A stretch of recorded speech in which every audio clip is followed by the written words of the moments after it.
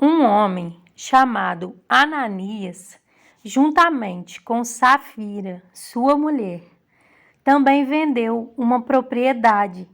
Ele reteve parte do dinheiro para si, sabendo disso também sua mulher. E o restante levou e colocou aos pés dos apóstolos. Então perguntou Pedro: Ananias, como você permitiu que Satanás enchesse o seu coração a ponto de você mentir ao Espírito Santo e guardar para si uma parte do dinheiro que recebeu pela propriedade? Ela não lhe pertencia. E depois de vendida, o dinheiro não estava em seu poder? O que o levou a pensar em fazer tal coisa? Você não mentiu aos homens, mas sim a Deus. Ouvindo isso, Ananias caiu e morreu. Grande temor apoderou-se de todos os que ouviram o que tinha acontecido.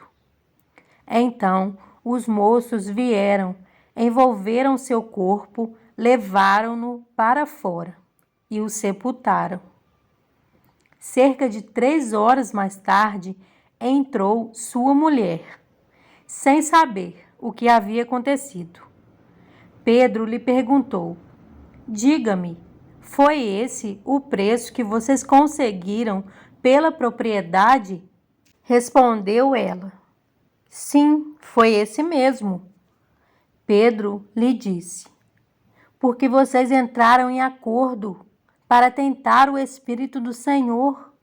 Veja, estão à porta os pés dos que sepultaram seu marido, e eles a levarão também. Naquele mesmo instante, ela caiu aos pés dele e morreu. Então os moços entraram e, encontrando-a morta, levaram-na e a sepultaram ao lado de seu marido. E grande temor apoderou-se de toda a igreja e todos os que ouviram falar desses acontecimentos. Os apóstolos realizavam muitos sinais e maravilhas entre o povo.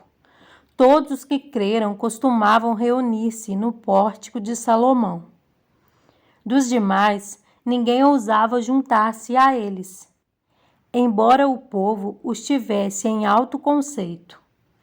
Em número cada vez maior, homens e mulheres criam no Senhor e lhes eram acrescentados, de modo que o povo também levava os doentes às ruas e os colocava em camas e macas, para que pelo menos a sombra de Pedro se projetasse sobre alguns, enquanto ele passava. Afluíam também multidões das cidades próximas a Jerusalém, trazendo seus doentes e os que eram atormentados por espíritos imundos, e todos eram curados. Então o sumo sacerdote e todos os seus companheiros, membros do partido dos saduceus, ficaram cheios de inveja. Por isso mandaram prender os apóstolos, colocando-os numa prisão pública. Mas durante a noite, um anjo do Senhor abriu as portas do cárcere, levou-os para fora e disse: Dirijam-se ao templo e relatem ao povo toda a mensagem desta vida. Ao amanhecer, eles entraram no pátio do templo, como havia sido instruídos, e começaram a ensinar o povo. Quando chegaram o sumo sacerdote e os seus companheiros, convocaram o sinédrio, toda a assembleia dos líderes religiosos de Israel, e mandaram buscar os apóstolos na prisão. Todavia, ao chegarem à prisão, os guardas não os encontraram ali. Então voltaram e relataram: Encontramos a prisão trancada com toda a segurança, com os guardas diante das portas, mas quando as abrimos, não havia ninguém. Diante desse relato, o capitão da guarda do templo e os chefes dos sacerdotes ficaram perplexos, imaginando o que teria acontecido. Nesse momento, chegou alguém e disse: Os homens que os senhores puseram na prisão estão no pátio do templo, ensinando o povo. Então, indo para lá com os guardas, o capitão trouxe os apóstolos, mas sem o uso de força, pois temiam que o povo os apedrejasse. Tendo levado os apóstolos, apresentaram-nos ao sinédrio para serem interrogados pelo sumo sacerdote, que lhes disse: Demos ordens expressas a vocês para que não ensinassem neste nome. Todavia, vocês encheram Jerusalém com sua doutrina e nos querem tornar culpados do sangue desse homem. Pedro e os outros apóstolos responderam: É preciso obedecer antes a Deus do que aos homens. O Deus dos nossos antepassados ressuscitou Jesus, a quem os senhores mataram, suspendendo-o num madeiro. Deus o exaltou, colocando-o à sua direita como príncipe e salvador, para dar a Israel arrependimento e perdão de pecados.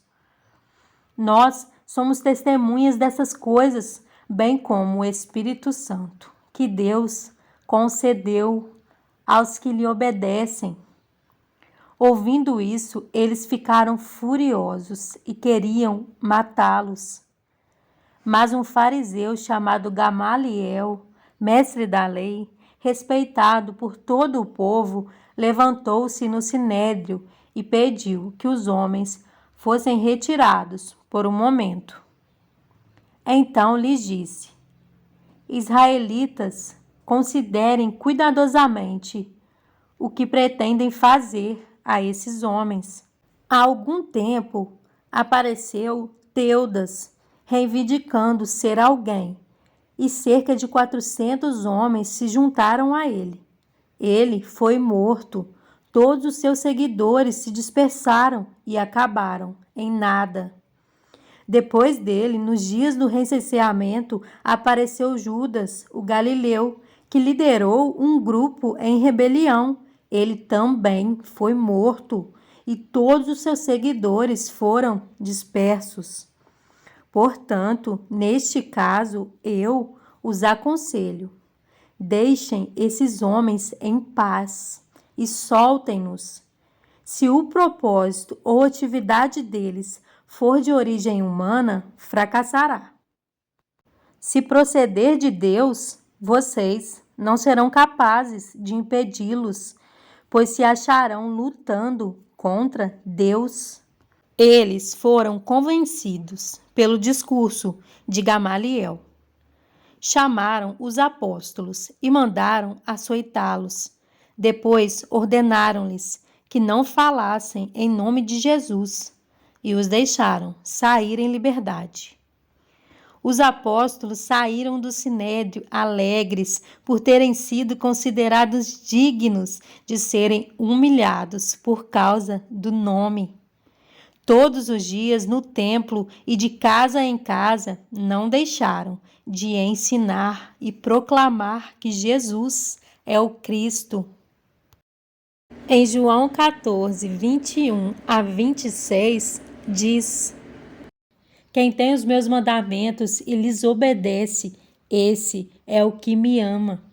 Aquele que me ama será amado por meu Pai, e eu também o amarei e me revelarei a ele.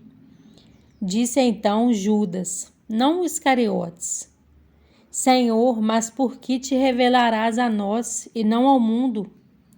Respondeu Jesus: Se alguém me ama, guardará a minha palavra. Meu Pai o amará. Nós viveremos a ele e faremos nele morada. Aquele que não me ama não guarda as minhas palavras. Estas palavras que vocês estão ouvindo não são minhas, são de meu Pai que me enviou. Tudo isso lhes tenho dito enquanto ainda estou com vocês. Mas o Conselheiro, o Espírito Santo, que o Pai enviará em meu nome, lhes ensinará todas as coisas e lhes fará lembrar tudo o que eu lhes disse.